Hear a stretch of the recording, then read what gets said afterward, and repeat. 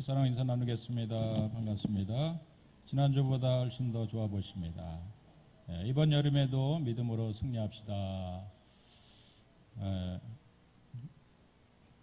고향을 우리가 찾게 되면은 정말 큰 나무 밑에 쉼과 안식을 얻을 수 있는 그런 동고 밖에 있는 그러한 그늘이 있죠.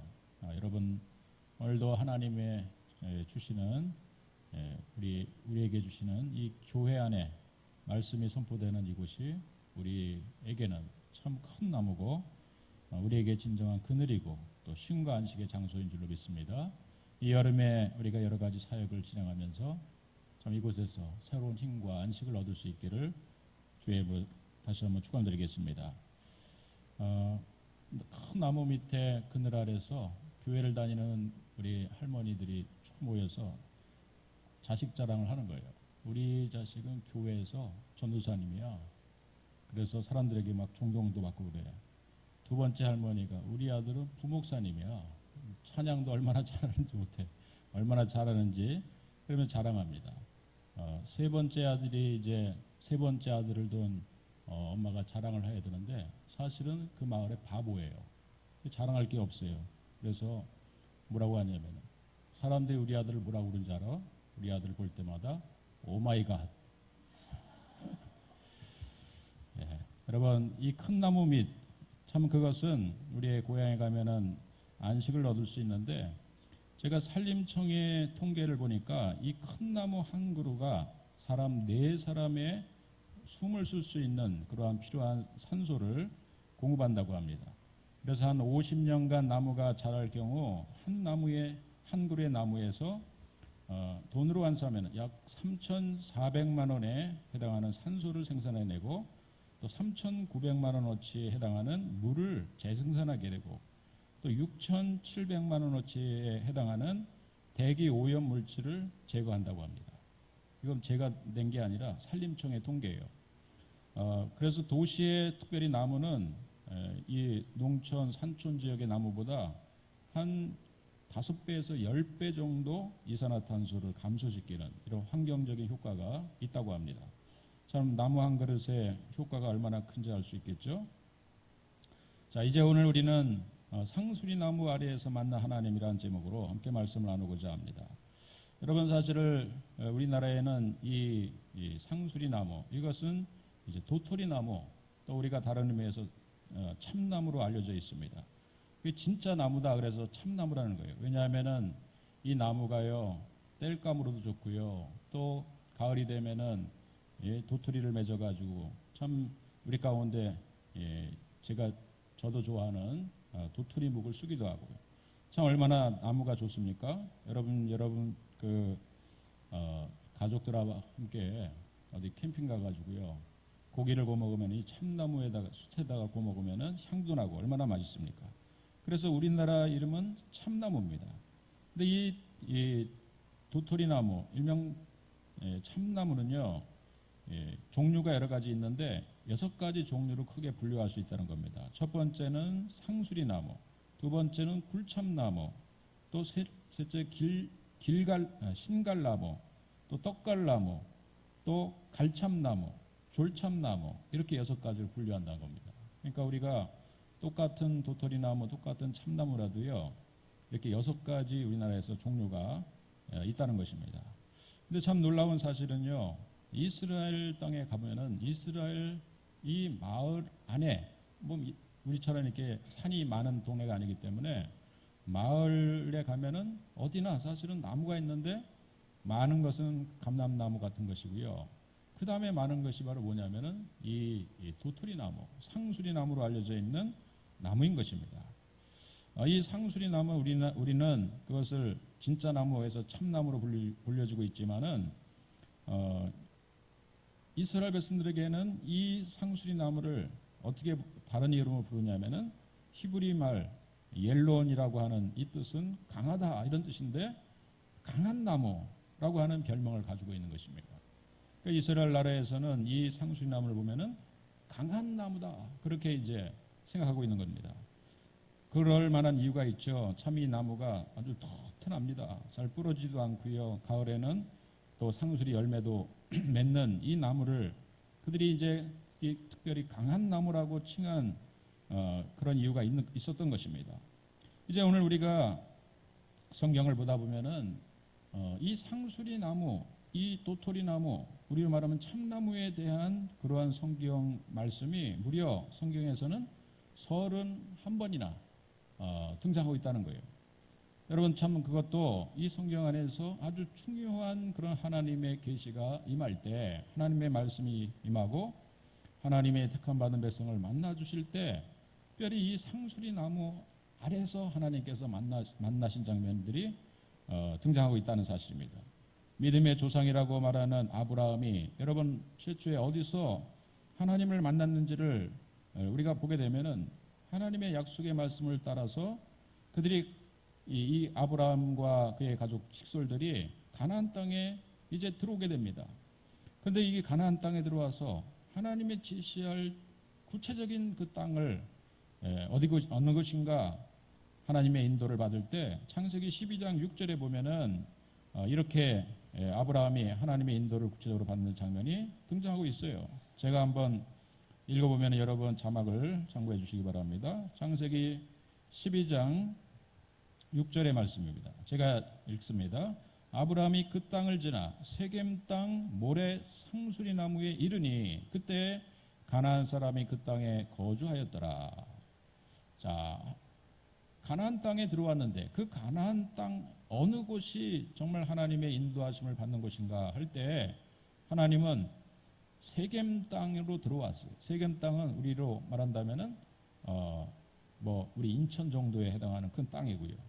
그 다음에 세겜 땅에 있는 모래, 이 모래라고 하는 것은 우리 용현동 정도 해당하는 동네 이름인데 그 모래 상수리 나무에 이르니 그 모래 입구에 들어가니까 마을 입구에 가니까 큰 상수리 나무가 우리나라 어느 시골 마을로 가면은 항상 수백 년 묵은 큰 나무가 또 버티고 있듯이 오늘도 이 본문 가운데는 상수리 나무가 모래라고 하는 마을 입구에 버티고 있는 겁니다. 그때 가나안 사람이 그 땅에 거주하였더라. 그런데 이제 여호와께서 아브라함에게 나타나 어느 곳에 나타났습니까? 사실은 이 세겜 땅 모래 상수리 나무 밑에서 어디로 가야 될지 알지 못하는 그래서 나무 밑에 일단 쉬면서 이제 아마 낙타도 자기들이 가지고 온 그러한 짐승들과 식솔들을 잠시 쉬면서 기다리고 있을 때 그곳에 이 모래 상수리 나무 밑에서 여호와께서 아브라함에게 나타나셔서 이르시되 내가 이 땅을 내 자손에게 주리라 하신지라 거기에서 나타나신 여호와께 그가 그곳에서 제단을 쌓고 거기서 베델 동쪽 산으로 옮겨 장막을 치니 그랬습니다. 그러니까 이제 하나님 앞에서 갈 길을 알지 못하면서 갈림길 앞에서 어디로 가야 됩니까? 우리가 약속한 가나안은 들어왔는데 또 세겜이라고 하는 이제 이 가나안의 초입에 들어왔는데 구체적으로 우리가 어디로 가야 됩니까? 라고 물을 때 하나님은 바로 이 상수리 나무에 거하고 있었던 이 아브라함에게 하나님이 나타나셔서 이제 어느 쪽으로 가라 그렇게 지시를 해주신 거예요. 그래서 하나님의 인도를 감사하면서 그곳에 제단을 쌓았다 그렇게 성경은 기록하고 있는 것입니다. 이제 하나님의 인도를 받는 가운데 또 아브라함은 조카 롯하고 헤어져 가지고요. 창세기 28장에 이르게 되면은 또 다시 그는 새로운 땅에 이제 들어오게 됐는데 그러나 이제 이 아브라함에게 있어서는 참으로 중요한 그러한 가정 안에 문제가 있었어요. 그것은 자신은 100세가 가깝고 자기 아내는 90이 가까운 할머니가 됐는데 분명히 하나님은 가나안 땅에 이 지시할 땅으로 가면은 너의 후손을 하늘의 별과 같이 바닷가의 모래와 같이 번창케 해주시겠다고 자손의 복을 허락해 주시겠다고 했는데 사실은 자기 몸에서 태어난 자식이 없는 거예요. 참 이것은 하나님의 약속을 끝까지 믿고 가야 되는가 고민하고 염려하는 그런 상황 가운데 있었죠. 그럴 때 아브라함이 이제 28장 1절에서 또다시 하나님을 만나는데 그곳이 또 어디냐면은 18장 1절을 제가 또 읽어보겠습니다. 여호와께서 마므레의 상수리 나무들이 있는 곳에서 아브라함에게 나타나시니라. 날이 뜨거울 때 그가 장막문에 앉아 있다가 눈을 들어본즉 사람 셋이 맞은편에 서 있는지라. 그가 그들을 보자 곧 장막문에서 달려나가 영접하며 몸을 땅에 굽혀. 여러분, 아브라함이 100세에 자식을 낳을 거라고 하는 하나님의 계시의 말씀이 임한 곳이 어디냐면은 이 마므레라고 하는 곳인데, 그곳에 이제 아브라함이 살고 있었던 거예요. 그런데 이제 하나님의 약속을 과연 끝까지 믿고 가야 되는가 고민하며 연매할 때, 저쪽에 보니까 그 마을 입구에 또 상수리 나무, 이 나무들이 있는 그 밑에 나그네 3명이 있는 것입니다. 그러니까 이 나그네를, 여러분, 특별히 목축업을 하는 사람들에게 있어서는 나그네를 영접하는 풍습이 있는 거예요. 달려나가서 이 마물의 상수리 나무 밑에 있는 3명의 사람을 자기 집에 초대해서 거기서 발을 씻기고 또 음식을 대접하면서 드디어 그 사람과 대화를 나눌 때 그 3사람이 결국 하나님이 천사, 다른 말로 한다면은 우리가 그 가운데 계시는 한 분은 하나님, 여호와 하나님께서 특별히 구약 속에 성자 예수님으로 계시할 때 구약 속에 예수님으로 많은 성경학자들이 보고 있는 것입니다. 그러니까 하나님이 직접 아브라함의 가정에 찾아오셔서 그곳에 거하시고 또 아브라함과 함께하는 그러한 시간을 보내게 됐는데, 그 하나님이 거하신 장소가 어디였냐면은 또 하나님이 계시의 말씀을 하고 그들을 축복하신 장소가 마물의 상수리 나무 밑에였다는 사실이죠. 이 상수리 나무가 그런 의미에서 차마 여러분 얼마나 의미 있게 사용되고 있는지를 이 성경을 통해서 보게 됩니다. 이 상수리 나무는 때로는 하나님의 심판과 또 하나님의 징계로 나타나는 도구로 사용되는 경우도 있습니다. 압살롬이라고 하는 다윗의 아들이 어느 날 반역을 일으켜가지고요, 이 다윗을 거역해서 자신이 왕이 되고자 합니다. 그래서 다윗의 군대와 압살롬의 부대가 싸우게 되는 이 순간 속에서 압살롬이 도망을 치게 됩니다. 나귀를 타고 도망을 치는 가운데 사무엘하 18장 9절에 보면은 그가 이 압살롬이 백성들에게 추앙을 받았던 이유가 있어요.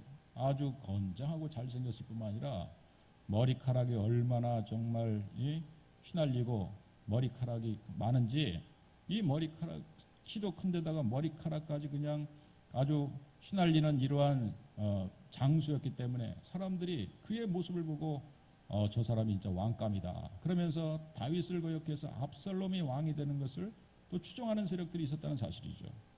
자신이 그렇게 자랑했고 영광으로 생각했던 이 머리카락이 어떻게 됩니까? 사무엘하 18장 9절에 보니까 그 노새가 큰 상수리 나무 번성한 가지 아래로 지날 때에 압살롬의 머리가 그 상수리 나무에 걸리니 그랬습니다. 결국 상수리 나무에 머리카락이 걸려버린 거예요. 뒤를 쫓던 요압 장군이 칼 한 번 쓰지 않고 이 상수리 나무 밑에서 옴싹달싹 못하고 있는 이 압살롬을 찔러서 죽이게 됩니다. 이 사건, 여러분, 그래서 이 사건을 계기로 해서 하나님의 또한 심판과 하나님의 징계의 도구로 상수리 나무가 사용되었다, 이렇게 사람들은 생각했던 거예요. 여러분, 우리나라 사람들도 참 이 큰 나무, 그것이 도토리 나무든 참나무든 아니면은 어떤 마을 입구에 있는 어떤 더 큰 미리나무건 잎사귀가 넓은 그런 나무 밑에서 그들이 생기면은 사람들은 그 밑에 쉼과 안식을 얻었지만은 또 사람들은 하나님을 알지 못하는 우리나라 사람들은 또 그곳에서 칭칭 그냥 줄을 동여매고 새끼줄을 동여매고 거기다가 깃발을 꽂고 해가지고요, 거기서 돼지 대가리를 잡아놓고 제사를 드리는 그런 장소로 사용됐던 것이 큰 나무 밑이었어요. 이 큰 나무가 그런 힘이 있다라고 생각했던 것입니다.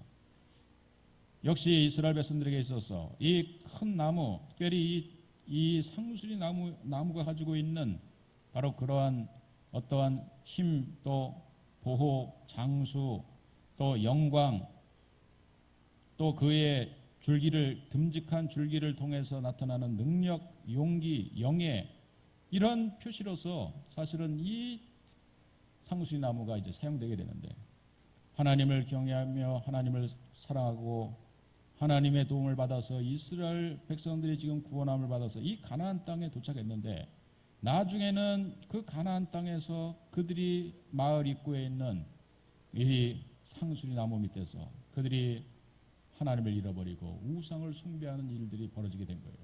여러분, 우리가 계속해서 사사기 말씀을 이번 한 달간 나누게 되는데, 사사기의 구조를 여러분 잘 아시죠? 일명 악순환의 반복이 계속 일어납니다. 하나님을 하나님됨으로 인정하지 않고 하나님을 잃어버리게 되니까 어떻게 됩니까? 결국 하나님 대신에, 잃어버린 하나님 대신에 그 허전한 영성 안에 대신해서 수많은 우상들을 섬기게 되는 거예요. 그 우상 가운데 하나가 바로 그 큰 이 상수리 나무 밑에서 그들이 산당을 세워놓고 사람들이 그곳에 절을 하는 거예요. 또 때로는 그 나무 자체에 무슨 힘이 있는 것처럼 생각하면서 그 나무를 우상화시키는 거예요. 그래서 하나님을 저버리는 우상 숭배가 조장되게 될 때, 하나님께서는 오직 세상에 힘과 능력을 줄 수 있는 분은 오직 여호와 하나님인 것을 하나님께서는 증거하시면서 그들을 징계하셔요. 그래서 그들이 수많은 대적들, 미디안이나 또 주변의 아람이나 이런 족속을 통해서 그들이 고통을 당할 때 다시 또 하나님께 호소하면 하나님은 이런 사사들을 통해서 다시 구원하게 해주시고, 그래서 그들이 잠시 동안 평화가 유지되지만은, 그러나 그 기간이 때로는 10년, 때로는 길면 40년 이렇게 진행되는 가운데 또 하나님을 잃어버리고 또 다시 하나님 앞에 구원을 호소하고, 하나님은 인내하심으로 인해서 또 다시 나타나서 그들을 건져주시고 사사를 보내시고, 그러나 평화 기간이 어느 정도 지나고 나면은 좀 살만해지면은 또 하나님을 잃어버리고, 그것이 무려 13번이나 이 사사기에서 반복적으로 일어나고 있는 죄악의 악순환이 계속되고 있는 상황을 사사기 말씀을 통해 보게 되는 것입니다. 그런데 그 출발이 어디냐면은 이 악순환의 시작되는 것이 바로 그들에게 참 쉼과 안식을 주었고, 하나님이 나타나셔서 믿음의 조상 아브라함에게 계시하셨던 그 나무, 여러분 어쩌면 그 나무 밑에서 그들은 하나님 말씀을 읽으면서 또 엎드려서 하나님 앞에 기도하면서 하나님과 만남을 가져야만 됐던 그 나무 그늘 아래서 그들은 하나님을 저버리는, 하나님의 가증히 여기시는 우상 숭배에 죄악을 저질렀다는 사실입니다. 여러분, 이제 오늘 우리가 본문으로 돌아오면은요, 바로 그들이 우상시했던 그 나무 밑에 다시 한번 하나님은 나타나십니다. 여러분 함께 읽어볼까요? 6장 11절 말씀, 오늘의 본문 말씀이죠. 자, 함께 읽어봅시다. 하나님이 어디에 나타나십니까? 11절 시작. 여호와의 사자가 아비에셀 사람 요아스에게 속한 오브라에 이르러 상수리 나무 아래에 앉으니라. 마침 요아스의 아들 기드온이 미디안 사람에게 알리지 아니하리하여 밀을 포도주 틀에서 타작하더니, 하나님이 다시 어디에 나타나셨어요? 상수리 나무 아래에 앉아 계시는 거예요. 역시 우리가 이제 이 부분을 보면은 마치 믿음의 조상 아브라함에게 3명의 천사가 나타났는데 그냥 집으로 온 것이 아니라 저 마을 입구에 있는 마물의 상수리 나무 밑에 앉아 계셨던 거예요. 하나님이 거기 앉아 계시는 거예요. 그런데 그것을 알아보고 달려가서 아브라함이 그를 집으로 초청하는 거예요. 그런데 오늘 본문에도 역시 이 죄악으로 인해서 하나님을 저버리고 우상을 숭배하며 오히려 그 상수리 나무, 그것은 아마도 많은 사람들이 때로는 그곳에서 그 옛날에는 하나님을 만나는 기도의 장소였고 말씀을 읽으면서 묵상의 장소였던 그 장소가 이제는 우상 숭배의 장소로 전락해버린 그 장소 아래에 바로 하나님의 사자가 그곳에 앉아 계시는 거예요. 우리는 이 하나님의 사자가 결국 나중에 이 기드온이 그들을 주여라고 고백하는 것을 통해서 역시 구약 속에 나타난 예수님의 모습을, 인간의 모습을 입고 잠시 이 땅 가운데 특별한 하나님의 계시를 보여주시기 위해서 나타난 구약의 예수님으로, 구약의 성자 예수님으로 또 우리가 볼 수 있는 것이죠. 그 하나님이 이 상수리 나무, 마을 입구에 있는 오므라 상수리 나무 밑에서 앉아 계시는 거예요. 여러분, 어떤 우리가 이 이미지를 그릴 수 있습니까? 여러분, 그 장소, 거기는 사실은 하나님이 경배를 받아야 될 장소입니다. 그것은 늘 하나님의 말씀을 묵상하면서 하나님의 사람들이 때로는 엎드려 그 그늘 밑에서 기도를 드렸던 바로 그 장소, 하나님의 보좌가 있어야 될 그 장소이죠. 근데 지금 어떤 장소가 되어버렸습니까?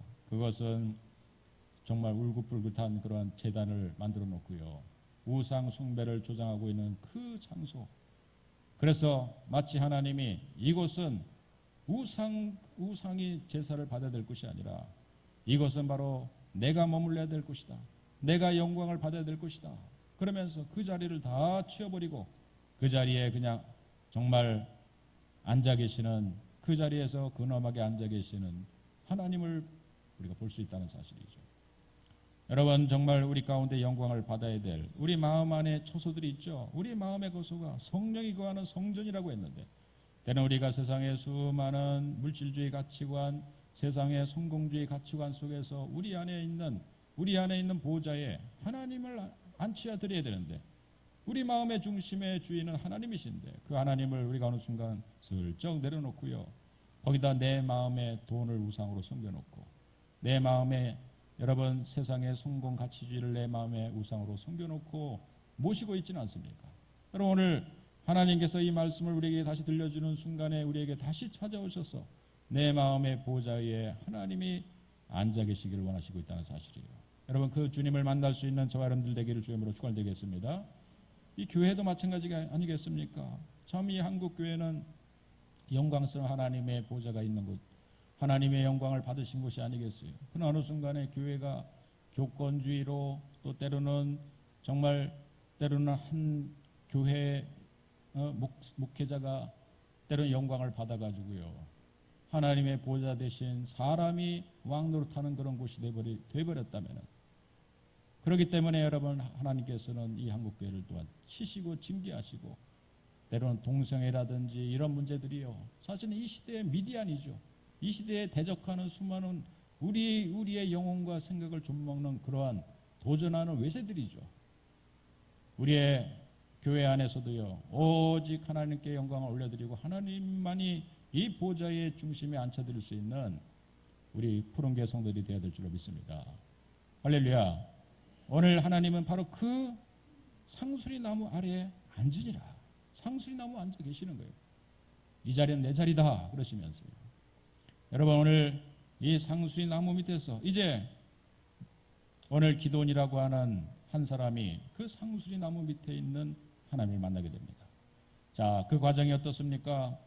여호와의 사자가 아비에셀 사람 요아스에 속한 오브라에 이르러 상수리 나무의 아래에 앉으니라. 그런데 한 사람이 등장하는데, 마침 바로 그 나무에 앉아있는 그 하나님 그 상수리 나무 아래는 마침 요아스의 아들 기드온이라고 하는 한 사람이 미디안 사람에게 알리지 아니하리하여 밀을 포도주 틀에서 타작하더니 그랬습니다. 여러분, 포도주 틀은 이제 이스라엘 농부들은 자기 집에 가면은 자기 개인적인 포도주 틀이 있어요. 우리나라 작으면은 목욕다라 정도 되고, 좀 더 크면은 우리 물탱크 정도 되는 큰 구덩이 하나를 만들어 놓고, 이제 거기다가 포도를 수확하게 되면은 포도주를 그 열매를 따가지고 집어넣고요. 그 영화 구름의 산책이라고 하는 그런 키아누스 리브스인가요? 그 장면이 나오는 것처럼 거기서 이제 마을 여자들이 들어가서 막 포도주를 발로 밟는 거예요. 그러면은 그 포도주 즙이 나와가지고요, 그것이 넘쳐서 나중에 그걸 놔두면은 발효가 돼서 포도주가 되는 겁니다. 그게 포도주 즙 틀이에요. 그러니까 커봤자 한 우리 이제 집에 물탱크 정도 되는 그 정도 구동이에요. 그런 구동이 속에 들어가서 뭔 짓을 하고 있냐면은 밀을 농사해 가지고요, 밀 타작을 거기서 하고 있는 거예요. 그러니까 여러분, 왜 그렇습니까? 그것은 이제 우리가 이 사사기 말씀을 보면은 하나님이 미디안이라고 하는 그 적을 하나님이 보내셔서 농사를 지면은 추수를 하면은 뺏어가고, 추수 때 소리가 나면은 달려가 가지고 추수 한 곡씩을 뺏어가고, 이런 일이 벌어지니까 타작마당에 그래서 밀을 추수하는 것이 아니라 포도주 즙틀 구덩이 속에 들어가서 몰래 지금 타작을 하고 있는 지금 이 기드온이라고 하는 한 농부를 보게 된다는 사실이에요. 그의 모습은 어떻게 보면은 참 미약한 모습을 볼 수 있죠. 용기 없는 그 소심한 그 한 사람을 볼 수 있다는 것입니다. 참 이 사람 이렇게 어쩌면은 마을 사람들도 한번 불러가지고 이 포도주 틀에서 그래도 같이 하면 좋은데 몰래 혼자가 밀을 해가지고 자신의 가족들만 간신히 먹으려고 하고 있는 이 미약한 한 사나이를 우리가 볼 수 있다는 것입니다. 그런데 하나님께서는 그 상수리 나무 아래 앉으셔서 오늘 이 기드온을 보고 있는 것이에요. 그리고 드디어 기드온에게 이제 말씀하십니다. 우리 12절 같이 한번 또 읽어볼까요? 6장 12절 말씀이에요. 시작. 여호와의 사자가 기드온에게 나타나 이르되 큰 용사여 여호와께서 너와 함께 계시도다 하매 지금 소심하게 포도주 틀에서 밀을 추수하고 있는 바로 이 기드온에게 이 상수리 나무에 앉아 계셨던 바로 그 하나님의 사자가 기드온에게 지금 말씀하고 계시는 거예요. 뭐라고 말씀합니까? 큰 용사여 여호와께서 너와 함께 계시도다. 근데 우리가 이제 여기에 등장하는 이 큰 용사라고 하는 이 의미는요, 아까 제가 특별히 우리나라는 참나무라고 하는 이름을 진짜 나무로 해서 참나무라고 붙이지만은 이스라엘 사람들은 강하다라고 하는 뜻에서 옐론이라고 하는 말을 붙인다고 했죠. 그래서 우리는 참나무지만 이스라엘 사람들은 강한 나무라고 별명을 붙인 거예요. 여기에 등장하는 바로 이제 큰 용사, 이것은 강한 용사라고 하는 의미를 가지고 있는 겁니다. 그러니까 사실은 참나무 이 상수리 나무 밑에 강한 나무 밑에 앉아 계셨던 그분이 오늘 소심병에 걸려서요 소심하게 밀추수를 포도주 틀에서 하고 있는 이 기드온이라고 하는 한 농부에게 나타나서 네가 바로 큰 용사다, 네가 바로 강한 용사다, 그렇게 지금 계시를 하는 거예요. 기드온의 입장에 본다면은 사실은 강한 것은 뭐였습니까?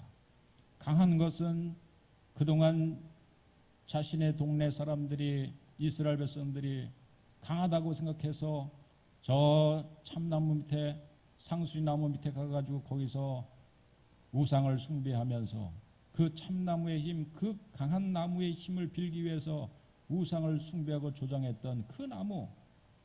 근데 본인도 우상 숭배에 함께 참여했는지 모르겠지만, 그러나 아마도 추정하기를 하나님께서 이 기드온에게 나타나신 것은 아마도 그가 계속해서 이 19절 이후에 13절 이후에 하나님 나타나신 하나님과 대화하는 그런 장면을 통해서 우리가 보건대 그런 여러 가지 신앙적인 의심을 가지고 있었던 거예요. 예를 들면 우리가 13절을 제가 읽어보면요, 기드온이 그에게 대답하되 오 나의 주여 여호와께서 우리와 함께 계시면 어찌하여 이 모든 일이 우리에게 일어났나이까? 또 우리 조상들이 일찍이 우리에게 이르시기를 여호와께서 우리를 애굽에서 올라오게 하신 것이 아니냐 한 그 모든 이적이 어디 있나이까? 이제 여호와께서 우리를 버리사 미디안의 손에 우리를 넘겨주셨나이다 하니, 이게 무슨 얘기입니까? 그는 늘 영적인 의문을 갖고 있었던 거예요. 아니 하나님이 정말 살아계신다면은 지금 우리나라를 이 미디안의 적한테 이렇게 고통스럽게 할 이유가 어디 있는가? 또 과거에는 하나님께서 우리를 애굽에서 건져주시고 우리를 이 가나안 땅에 들어오게 하셨는데 그때는 하나님께서 큰 이적을 통해 홍해바다를 가르고 또 광야에서 만나를 내리시고 여리고성을 칼 한 번 쓰지 않고 무너뜨리며 하나님의 기적을 보여주셨는데 지금은 왜 하나님의 기적이 나타나지 않는가라고 하는 질문이에요. 여러분 우리가 가끔 그런 신앙적인 질문을 할 때가 있지 않습니까? 성경에 보니까 성경에는 이러한 놀라운 기적들이 많이 일어나는데 소년이들은 오병이어를 가지고 5천 명이 먹고 12강조리가 남고 수많은 죽을 병에 들린 사람도 예수님이 한번 말씀하시면 그 자리에서 안전병이가 일어나고 시각장애인이 눈을 뜨고 이런 기적들이 일어났는데 왜 지금은 그런 기적이 일어나지 않습니까? 우리가 여러분 그런 의문을 가질 때가 있지 않습니까? 아마도 제가 보기에는 사람들은 이 강한 나무라고 말하는 상수리 나무 밑에서 우상을 숭배하고 그 강한 나무를 섬기고 있었지만 우리가 생각해 보건대 이런 의문을 가지고 있었던 이 기도만큼은 그렇게 그 상수리 나무 밑에 나아가서 오히려 그 옛날 아브라함, 믿음의 조상 아브라함을 만나 주셨고 또 그들의 조상을 잊게 했던 그 마물의 상수리 나무 밑에서 새 천사를 영접하며 하나님을 만났던 이러한 역사를 그들이 그 기도는 아마도 상기하면서 그는 그곳에서 오늘 동일한 그런 의문을 가지고 하나님 앞에 기도하는 사람이었을 거라고 추정해 볼 수 있다는 거죠.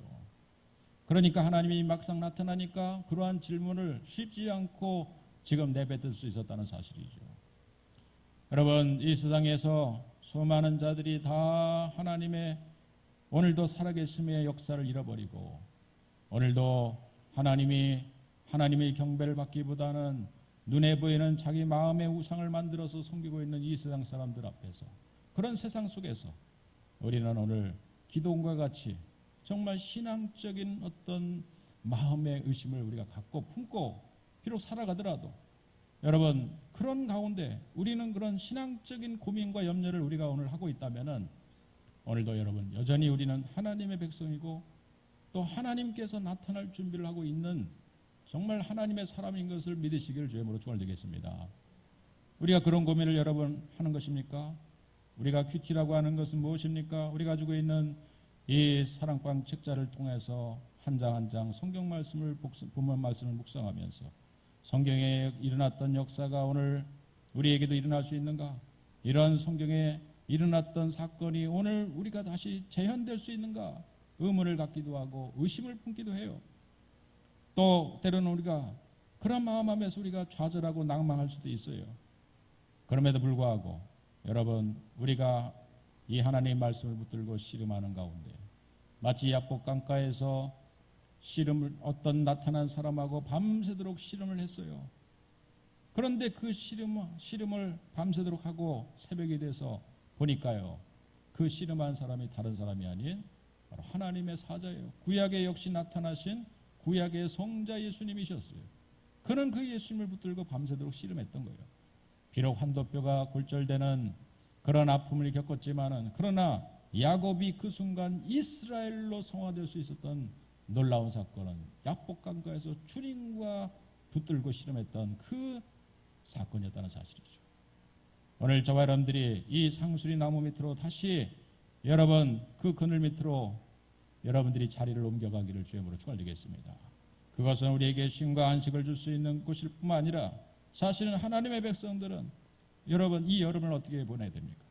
우리는 시원한 나무 그늘 밑에 우리가 가서 그냥 들어놓아 쉴 수도 있겠지만 그곳에서 하나님 말씀을 우리가 피워서 그곳에서 묵상하며 기도할 때 여러분 그곳에서 다시 한번 오늘도 이 기도원이라고 하는 한 의문을 가진 사람에게 나타나서 또 그것도 가장 미약해서 정말 두려움 속에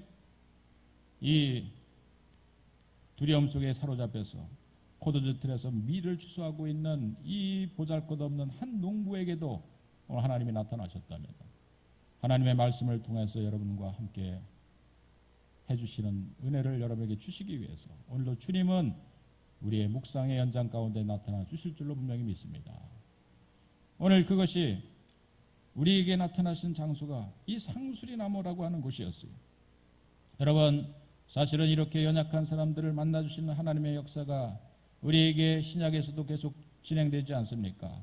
때론 예수님께서는 저 바닷가에서 고기 잡고 있는 어부, 평범한 한 사람의 어부에게 나타나셨어요. 이제 내가 고기를 잡는 어부가 아니라 사람을 낚는 어부가 되게 하리라 하시면서 하나님은 베드로를 부르셔서 그를 마침내 개바로 부르셔서 반석으로 바르셔서 하나님 나라 교회를 세우는 믿음의 반석으로 세우신 위대한 하나님의 역사인 것을 믿으시길 주의 이름으로 축원드리겠습니다.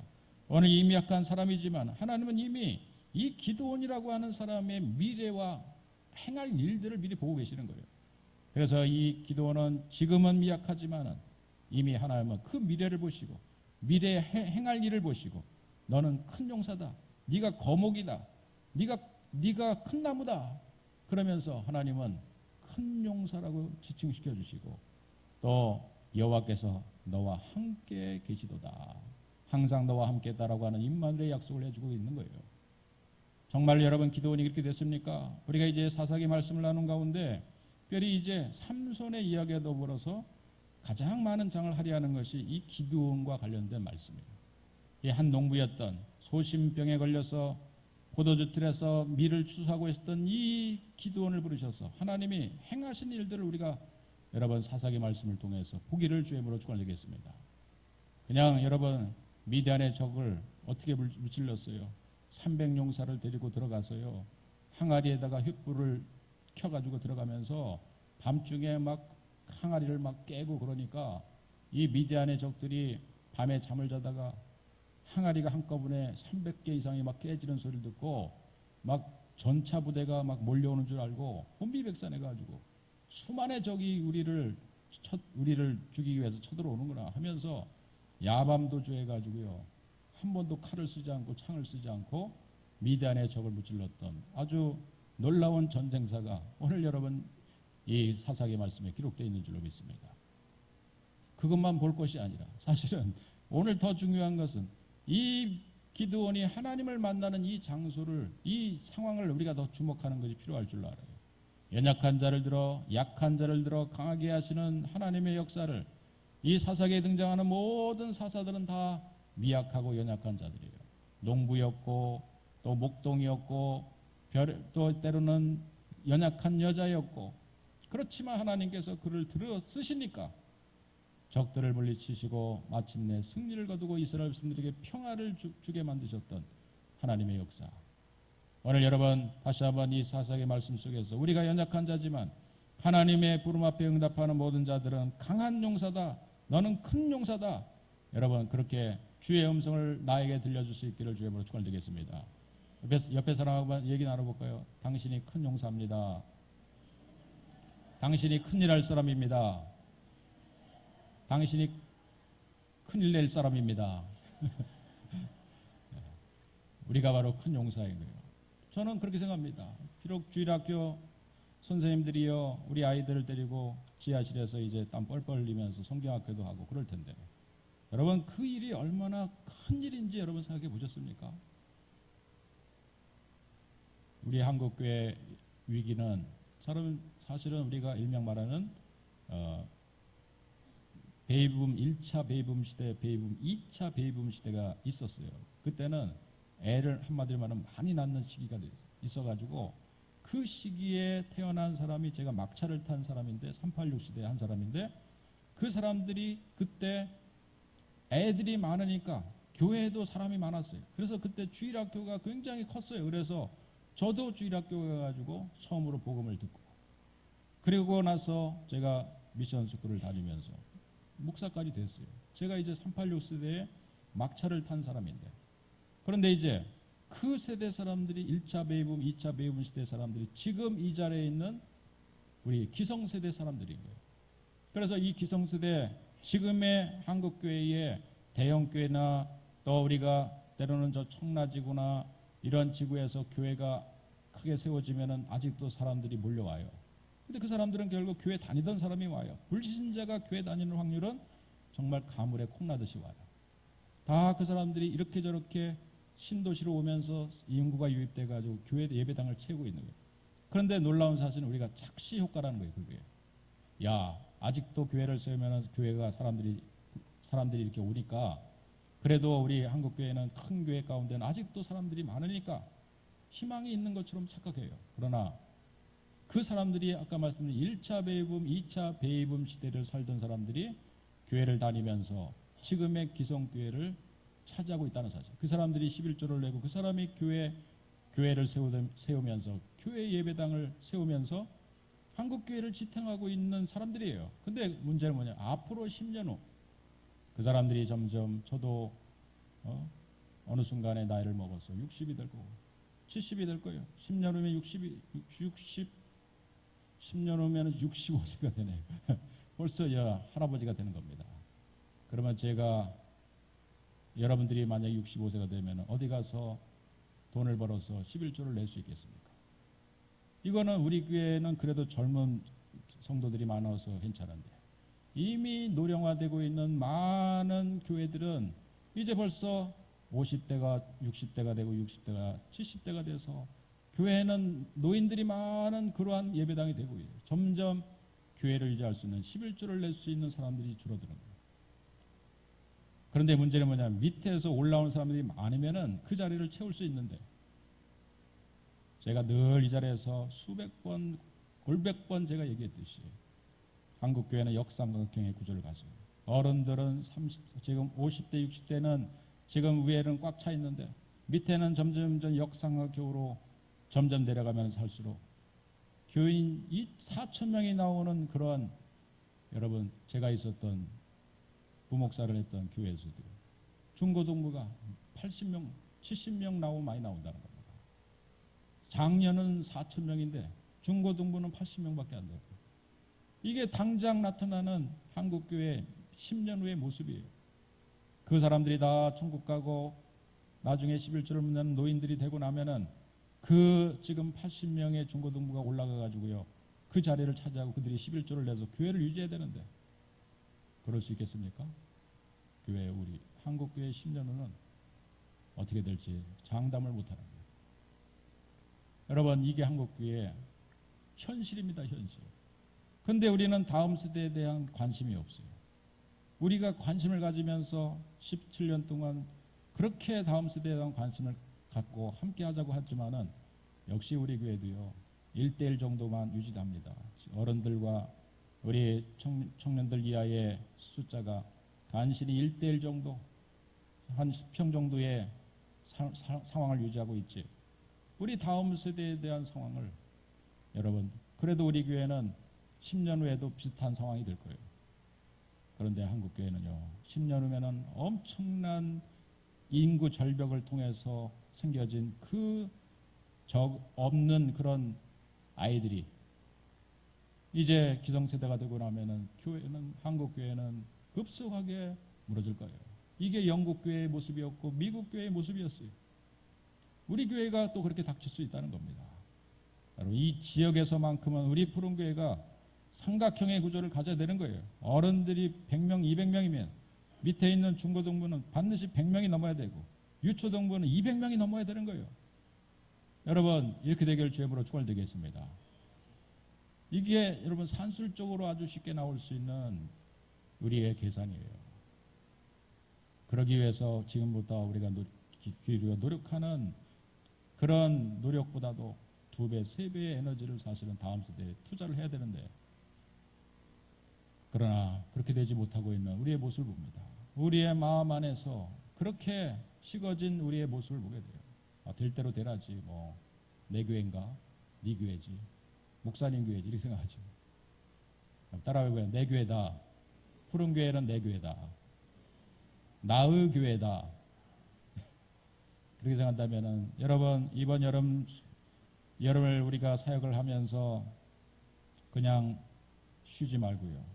여러분 교회라고 하는 곳에 오셔서 여러 모양으로 함께 수고하고 애쓰고 함께 교사들 가운데 보조교사라도 함께 해주시면서 간식이라도 함께 준비해서 아이들한테 아이스크림 하나 주면서 더 관심 있고 또 기도하면서 여러분 이 여름을 보낼 수 있기를 주님으로 축원드리겠습니다.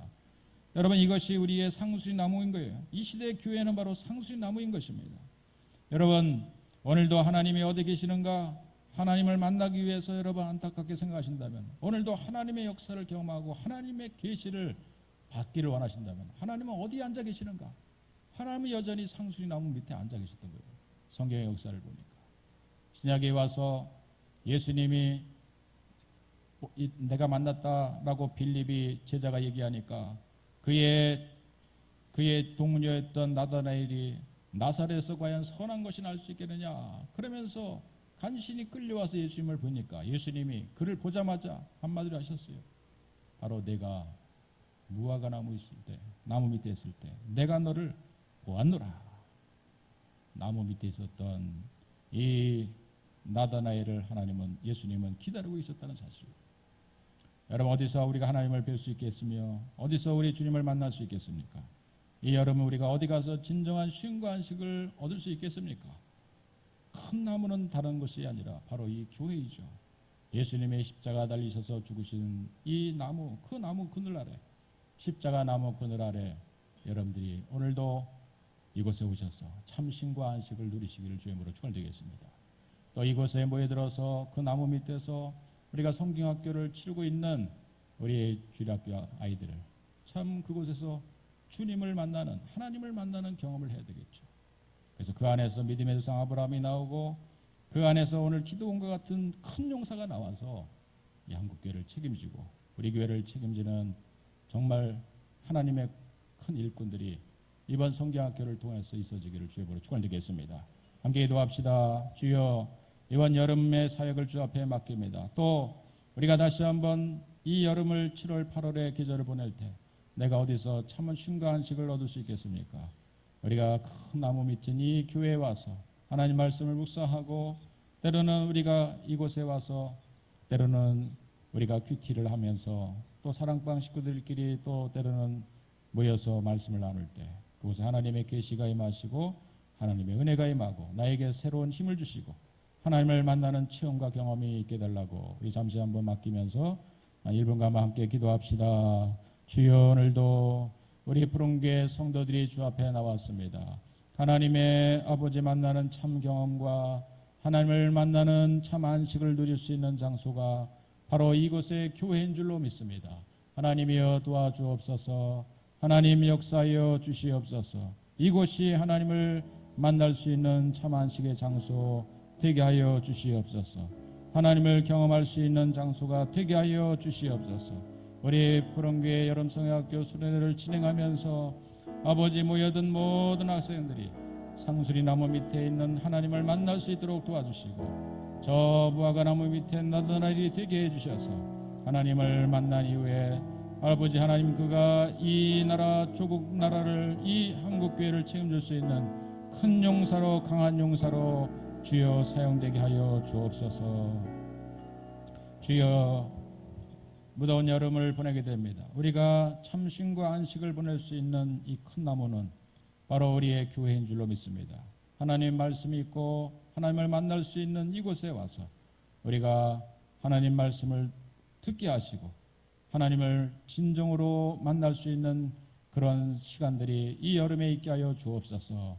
성경학교 수련회를 이제 진행하면서 그곳에서 우리 많은 아이들이 기도원처럼 미약하지만 그러나 하나님이 이미 그들을 통해서 큰 용사로 인치시며 지칭하시는 그것이 바로 우리의 다음 세대들인 줄로 믿습니다. 우리 어린아이, 우리의 자녀들인 줄로 믿습니다. 이번 성경학교 수련을 통해서 하나님의 주시는 큰 은혜의 역사가 아버지 하나님 모든 구별된 장소에서 우리의 성경학교 위에서 수련의 장소 위에서 일어날 수 있도록 하나님 축복하여 주옵소서. 예수님의 이름으로 간절히 기도 올리옵나이다. 아멘.